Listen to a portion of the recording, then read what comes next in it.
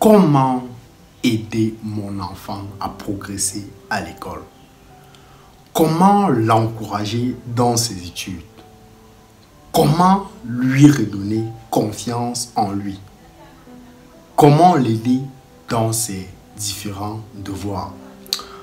En cette période de confinement, vous êtes certainement un peu plus proche de vos enfants et vous remarquez peut-être l'une de ces difficultés-là chez vos enfants. Dans cette vidéo, je vais vous présenter quelques capsules méthodologiques pour planifier la réussite de votre enfant. Vous y trouverez des stratégies d'études à appliquer, parfois pour des cas qui sont généraux ou alors pour des cas qui sont dans la plupart des cas spécifiques à votre enfant dans ces situations d'apprentissage.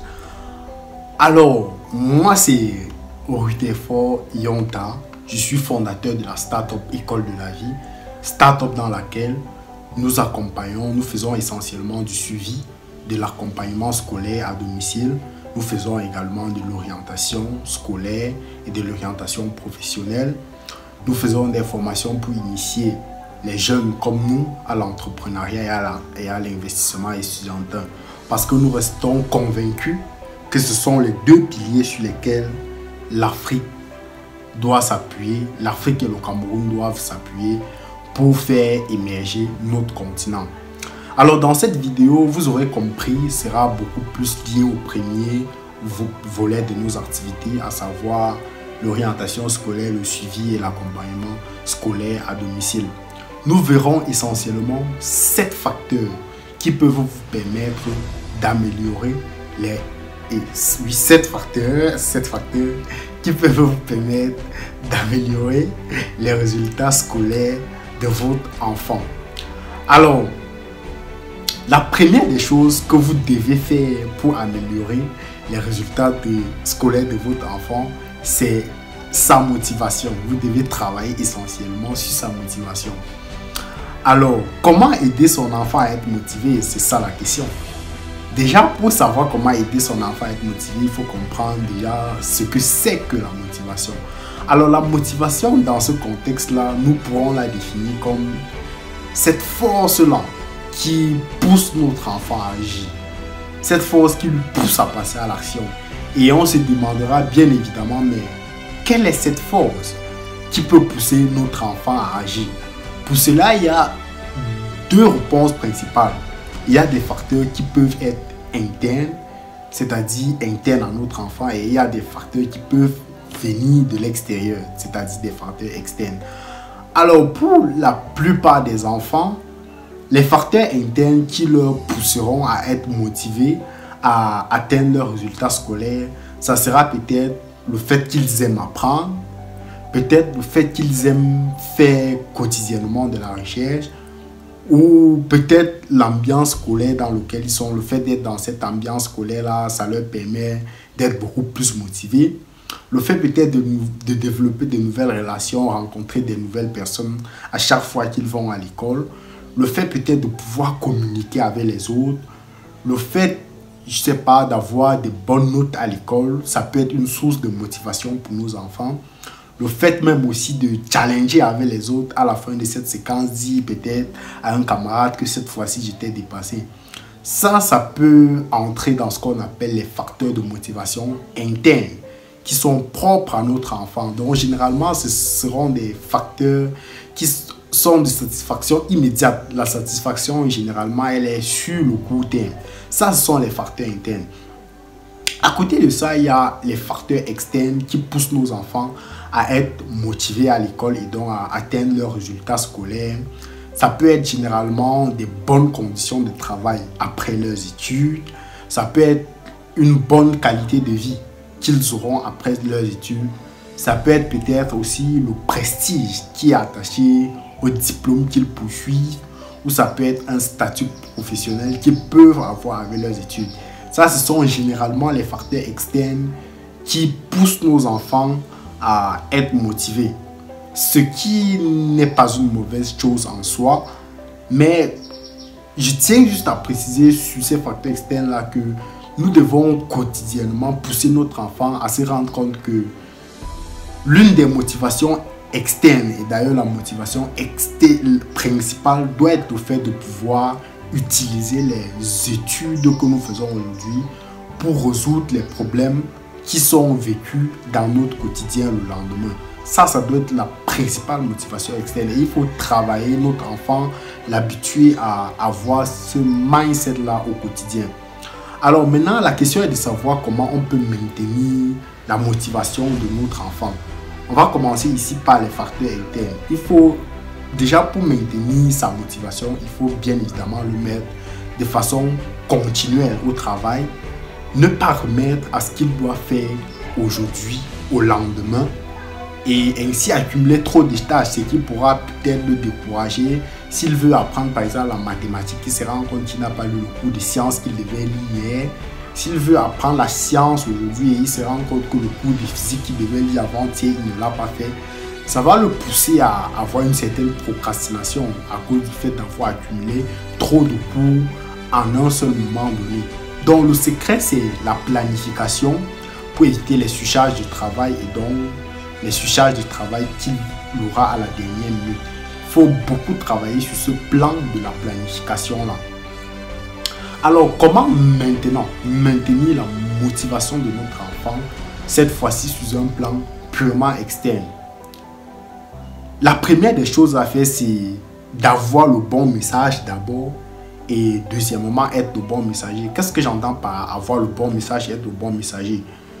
On ne peut pas motiver notre enfant à réaliser un certain nombre d'objectifs si nous-mêmes nous n'arrivons pas à accomplir un certain nombre d'objectifs dans notre vie. En fait, les parents sont généralement le premier modèle que les enfants ont. Donc, si on est parent et qu'on n'est pas un certain modèle de vie pour son enfant, il sera difficile de le motiver à pouvoir atteindre cet objectif parce qu'à chaque fois qu'il va vous regarder, il dira, bon, est-ce que même papa il a eu à réaliser ça, est-ce que maman a eu à réaliser ça, et par conséquent il sera plus motivé. Une autre chose à faire pour motiver votre enfant, c'est de le pousser à challenger. Et comment vous pouvez mieux le pousser à challenger, c'est de lui offrir des cadeaux. Les cadeaux sont l'un des principaux moyens de motivation de nos enfants. S'il sait que bon, si cette séquence j'ai peut-être telle moyenne, alors j'aurai tel cadeau. Généralement, ils sont motivés à pouvoir accomplir ces résultats, à pouvoir atteindre ces résultats scolaires-là. Donc, déjà, ça, c'était la motivation qui est la première des choses. Maintenant, il y a quelques questions que vous pouvez au quotidien vous poser pour vous assurer que votre enfant est toujours motivé, pour vous assurer de la motivation de votre enfant. La première question est celle de savoir, est-ce que les stratégies d'apprentissage de mon fils sont efficaces? Est-ce que ces stratégies-là lui permettent d'atteindre ses résultats? Une autre question est celle de savoir si les périodes d'études de votre enfant sont efficaces, parce que parfois on peut étudier de minuit 6 heures sans forcément avoir les résultats qui vont avec. Peut-être parce que cette période-là, il n'a pas la faculté de mieux retenir ou tout ce qui va avec. Une autre question est celle de savoir, y aurait-il des façons d'améliorer les techniques d'apprentissage de mon enfant pour les rendre plus efficientes? Peut-être avec les techniques qu'il utilise, il atteint des résultats. Mais en utilisant beaucoup de ressources, peut-être beaucoup de temps pour comprendre, il faut se poser la question de savoir s'il n'est pas possible de rendre cela plus efficient. Une autre question à se poser est celle de savoir, est-ce que la gestion de temps de mon enfant est conforme à son cursus scolaire? Ça, c'est l'une des difficultés que je rencontre généralement chez mes apprenants, le fait de pouvoir planifier les tâches qu'ils ont à faire. Et généralement, lors de nos consultations, nous travaillons essentiellement sur ce point-là, à savoir la planification, prendre en compte des tâches qu'on doit faire pour la maison, peut-être laver les assiettes, laver le sol, aller puiser de l'eau. Toutes ces tâches-là et maintenant planifier nos études. Et ce que je conseille généralement pour les études, ce sont des tranches horaires de 2 heures parce que ça permet d'avoir une certaine concentration maximale. Nous parlerons de la concentration plus tard, mais aussi de mettre des pauses entre ces tranches-là afin de pouvoir penser à autre chose. Et enfin, quels sont les moyens que j'utilise pour toujours motiver mon enfant? Vous devez savoir ce que votre enfant aime et en conséquent utiliser cela pour mieux le motiver. Ça, c'est pour ce sont les idées qu'il faut savoir sur le plan de la motivation. La deuxième chose, c'est de pouvoir enseigner à votre enfant que vouloir, c'est pouvoir. Parce que beaucoup sont les enfants qui, butés au premier obstacle, vont décider de tout lâcher, de tout abandonner. Pourtant, certaines personnes continuent de recommencer la même tâche jusqu'à ce qu'elles parviennent à obtenir des résultats. Ça, ce sont des personnes à qui le monde appartient. Le fait d'être persévérant, le fait de ne jamais abandonner même si on échoue. Et cela m'amène à vouloir vous demander que nous regardions un peu de plus près le parcours de cet homme politicien américain. Alors, qu'est-ce qui s'est passé dans la vie de cet homme? En 1831, il fait sa première faillite dans les affaires. Une année plus tard, c'est-à-dire en 1832, il échoue à sa première participation à la législature aux États-Unis. En 1833, il fait sa deuxième faillite dans les affaires. En 1836, cette fois-ci, il fait une dépression nerveuse. 2 années plus tard, soit en 1938, il connaît une autre défaite, cette fois-ci aux élections toujours législatives. En 1840, il connaît sa première défaite aux élections des membres élus. En 1943, il échoue aux élections des membres du Congrès. En 1856, il échoue aux élections sénatoriales. En 1858, il échoue aux élections du Sénat, ayant échoué également en 1856 au poste de vice-président de la République des États-Unis. Mais cela n'a pas empêché qu'en 1860, il soit élu au poste de président de la République des États-Unis et il fera d'ailleurs 2 mandats qui sont considérés comme l'un des mandats les plus importants pour la révolution économique des États-Unis. Si tu t'intéresses un peu à l'histoire, tu connais certainement que ce président-là n'est autre qu'Abraham Lincoln. C'est dit que la persévérance, le contrôle de soi, le fait de prendre du temps pour des objectifs que nous aimerions accomplir, apprendre de nos erreurs tout comme de nos réussites, le fait d'utiliser les ressources que nous avons autour de nous, c'est ça le maître mot pour l'accomplissement de nos objectifs. Votre enfant peut échouer, il n'y a rien de plus normal. D'ailleurs, si le même enfant est tombé N fois, un nombre de fois qu'on ne peut compter quand il apprenait à marcher, mais finalement il a réussi à marcher, pourquoi ne pas comprendre que ces mêmes enfants-là peuvent vouloir atteindre un objectif aujourd'hui et échouer? Ça, c'est l'une des choses qu'il faut comprendre et enseigner à nos enfants que vouloir, c'est pouvoir. Malgré les obstacles qu'on peut rencontrer en route, cela ne devrait pas empêcher que nous puissions atteindre les objectifs que nous souhaitions atteindre. Alors, la troisième astuce pour améliorer les résultats scolaires de vos enfants, c'est les stratégies de lecture. Savoir lire est fondamental pour nos études.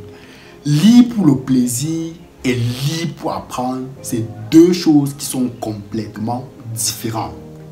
Lire pour le plaisir et lire pour apprendre, c'est 2 choses qui sont complètement différentes.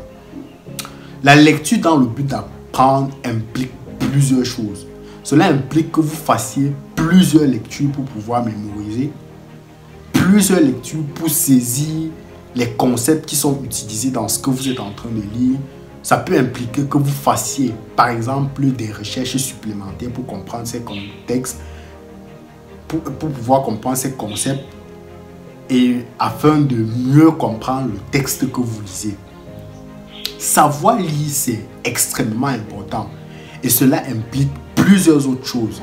Ça veut dire que vous devez parcourir les grands titres, transformer par exemple les sous-titres et les titres en des questions auxquelles vous devrez répondre.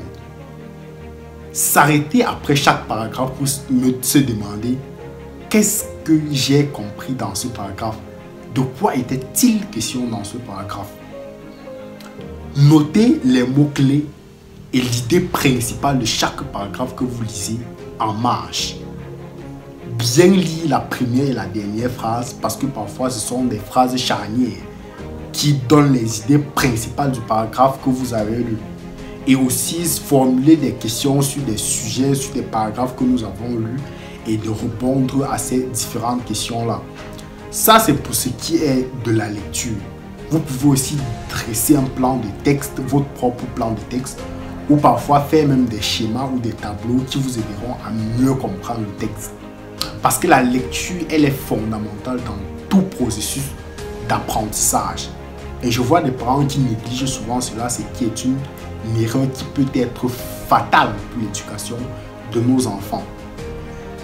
Bien évidemment, je ne vous donnerai pas tout ici. Il y a des formations, des livres qui sont parfois gratuits sur Internet pour ce qui est de la bonne lecture, la lecture pour assimiler et non pas la lecture pour le plaisir. Et la quatrième, l'astuce 4 que vous devez utiliser pour améliorer les résultats de vos enfants, c'est ce que j'appelle ici l'attention.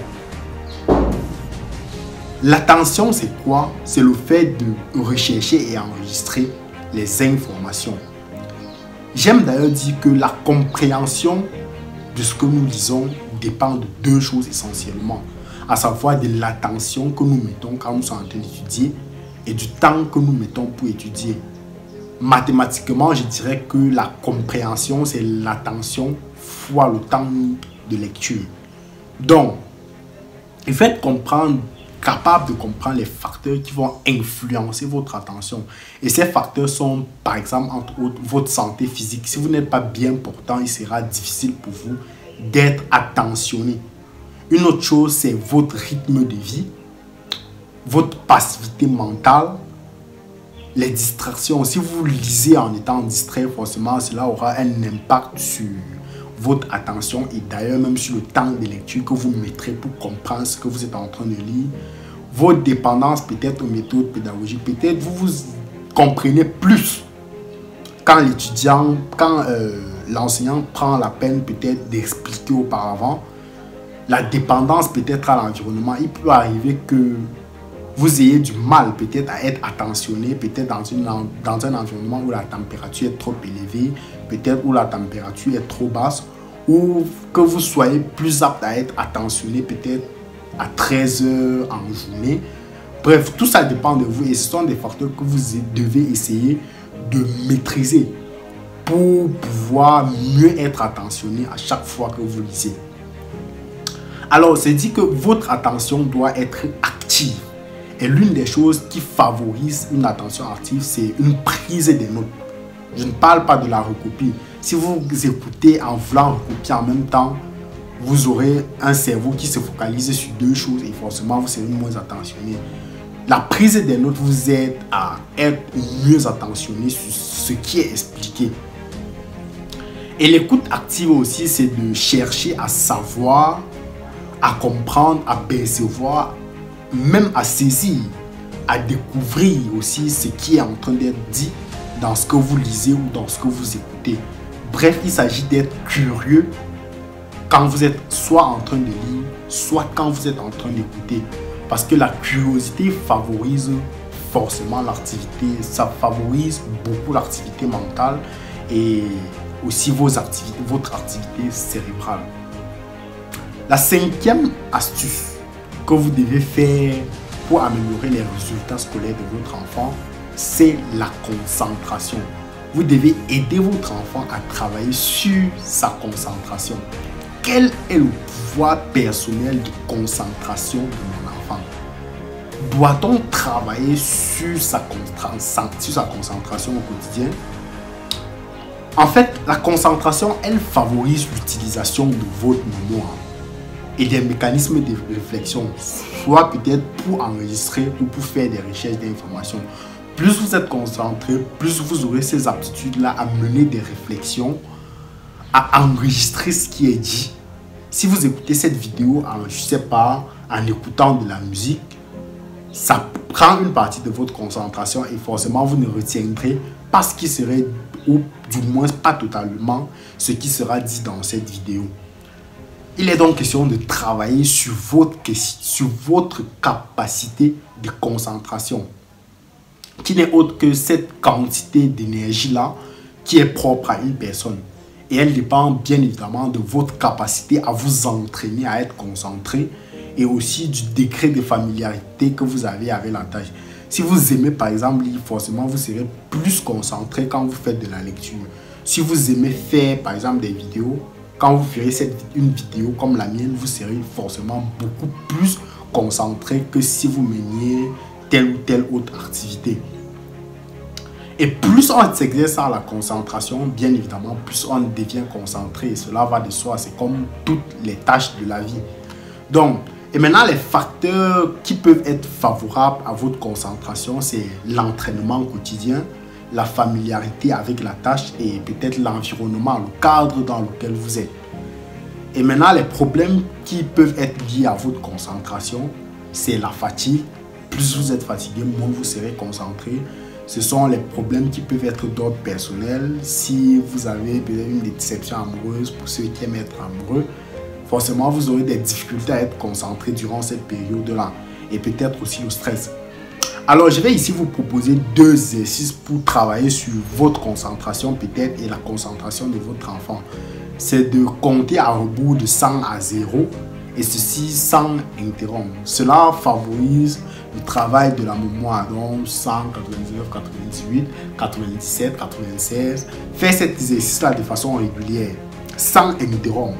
Ça va aider votre mémoire non seulement à développer votre activité cérébrale, mais aussi votre capacité de concentration. Une autre chose, par exemple, c'est de prendre peut-être un livre comme celui-ci, fixer le livre peut-être pendant 3 minutes et ne penser qu'à ce livre et à rien d'autre. Cet exercice-là aussi peut vous aider à travailler énormément votre concentration. Ça, c'était la 5e chose qu'il faut faire pour développer les résultats scolaires de votre enfant. Maintenant, nous passons à la 6e chose qui est l'organisation du plan de travail de votre enfant, qui est d'ailleurs fondamental. Parce qu'on sait que votre enfant doit réviser régulièrement. Mais cela peut de fois paraître beaucoup plus pénible de réviser et tout ça. On n'a pas toujours la motivation de le faire. Parfois, apprendre, ça peut paraître long, ça peut paraître douloureux. Mais il faut prévoir un temps pour cela. Parce que forcément, votre succès scolaire dépendra du temps que vous mettez devant vos études. Si vous apprenez moins, les résultats seront proportionnels à votre temps d'apprentissage. Et donc, il faut assister votre enfant à faire ses horaires de travail. Et bien évidemment, vous prendrez encore ses obligations en famille, tout ce qu'il accomplit au quotidien comme tâche familiale, vous prendrez en compte cela pour établir ses horaires de travail.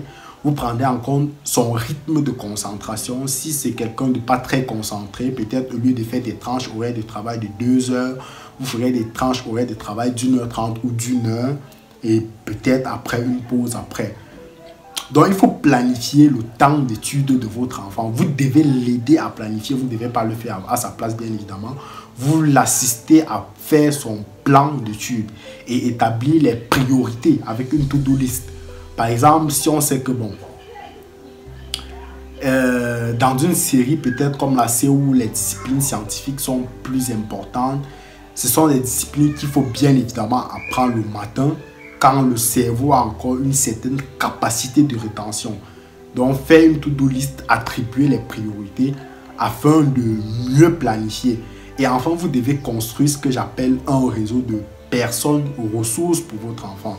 Quelles sont les ressources dont votre enfant a besoin pour se développer? A-t-il besoin peut-être d'un prof de mathématiques? S'il n'assimile pas bien les mathématiques, il faut faire l'effort de lui trouver une personne qui puisse l'aider à mieux assimiler les mathématiques. Donc, établir un réseau de personnes ressources en fonction des besoins de votre enfant. Cela va l'aider à éviter la procrastination, à renvoyer des tâches qu'il peut faire maintenant au lendemain. S'il doit faire un exercice de mathématiques et que c'est une discipline qu'il n'aime pas, s'il a un répétiteur qui va lui rappeler à chaque fois la nécessité de faire cet exercice, alors il le fera. Et maintenant, vous devez faire des exercices physiques, c'est très important. Peut-être parfois sortir de temps en temps, courir, jouer au football si vous aimez jouer au football comme moi. Parce que cela développe, au-delà de sa concentration, aussi l'attention qu'il va mettre. Ces réflexions aident donc à mieux organiser les périodes d'études de votre enfant. Le sport aussi, c'est une activité qui est extrêmement importante, non seulement pour le réveil musculaire, qui va influencer sur la concentration et l'attention de votre enfant. Et la septième chose que vous devez faire la septième astuce pour la réussite, pour améliorer les résultats scolaires de votre enfant, c'est de lui enseigner. Évitez que vos enfants fassent ce que j'appelle au quotidien faire l'école pour l'école. Avant, nos parents se limitaient à ce qu'il fallait bien faire des études, trouver un bon job et par conséquent un bon salaire et ainsi prendre soin de sa progéniture et tout ce qui va avec. Nous sommes malheureusement à une époque où cette façon de penser-là, elle est un peu révolue et il faut voir donc les choses autrement. Vous devez aider votre enfant à travailler sur ce qu'il a comme talent, peut-être. Dans son jeune âge, il a développé les talents pour, je sais pas, pour la musique. Il faut l'inciter à travailler ces talents-là. Pourquoi pas de temps en temps jouer de la musique, lui acheter des instruments de musique si la musique c'est sa passion. S'il aime peut-être, je sais pas, jouer au foot, pourquoi ne pas l'inscrire dans une école de football afin que le soir, après ses études classiques, il développe son talent de footballeur. Bref, vous devez aider votre enfant à travailler sur ses talents et ses passions afin qu'il puisse mieux à la longue penser à comment les monétiser. Parce que le but final de l'école, c'est quoi? C'est de pouvoir vivre au mieux, utiliser ce que nous avons appris à l'école pour vivre au mieux et donc forcément gagner de l'argent. Je pense que c'est ça la finalité de l'école. Si on fréquente, c'est parce qu'on aimerait le lendemain pouvoir mieux vivre et pour mieux vivre, il nous faut automatiquement de l'argent. Et s'il est possible de gagner de l'argent, même en étant sur les bancs de l'école, pourquoi priver votre enfant de cela?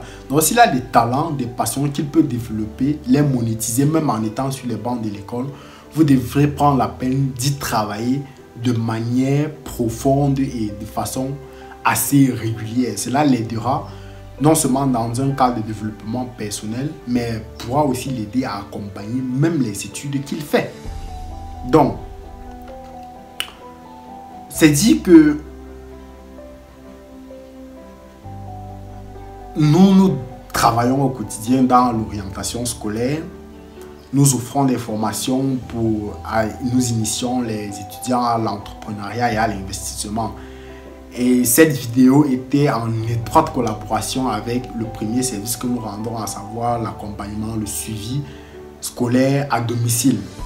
Si cette vidéo vous a plu et que vous pensez qu'elle peut aider un parent d'enfant, n'hésitez surtout pas de partager cela avec la personne afin qu'elle puisse regarder la vidéo et donc mieux développer des astuces pour aider son enfant à réussir sur un plan scolaire.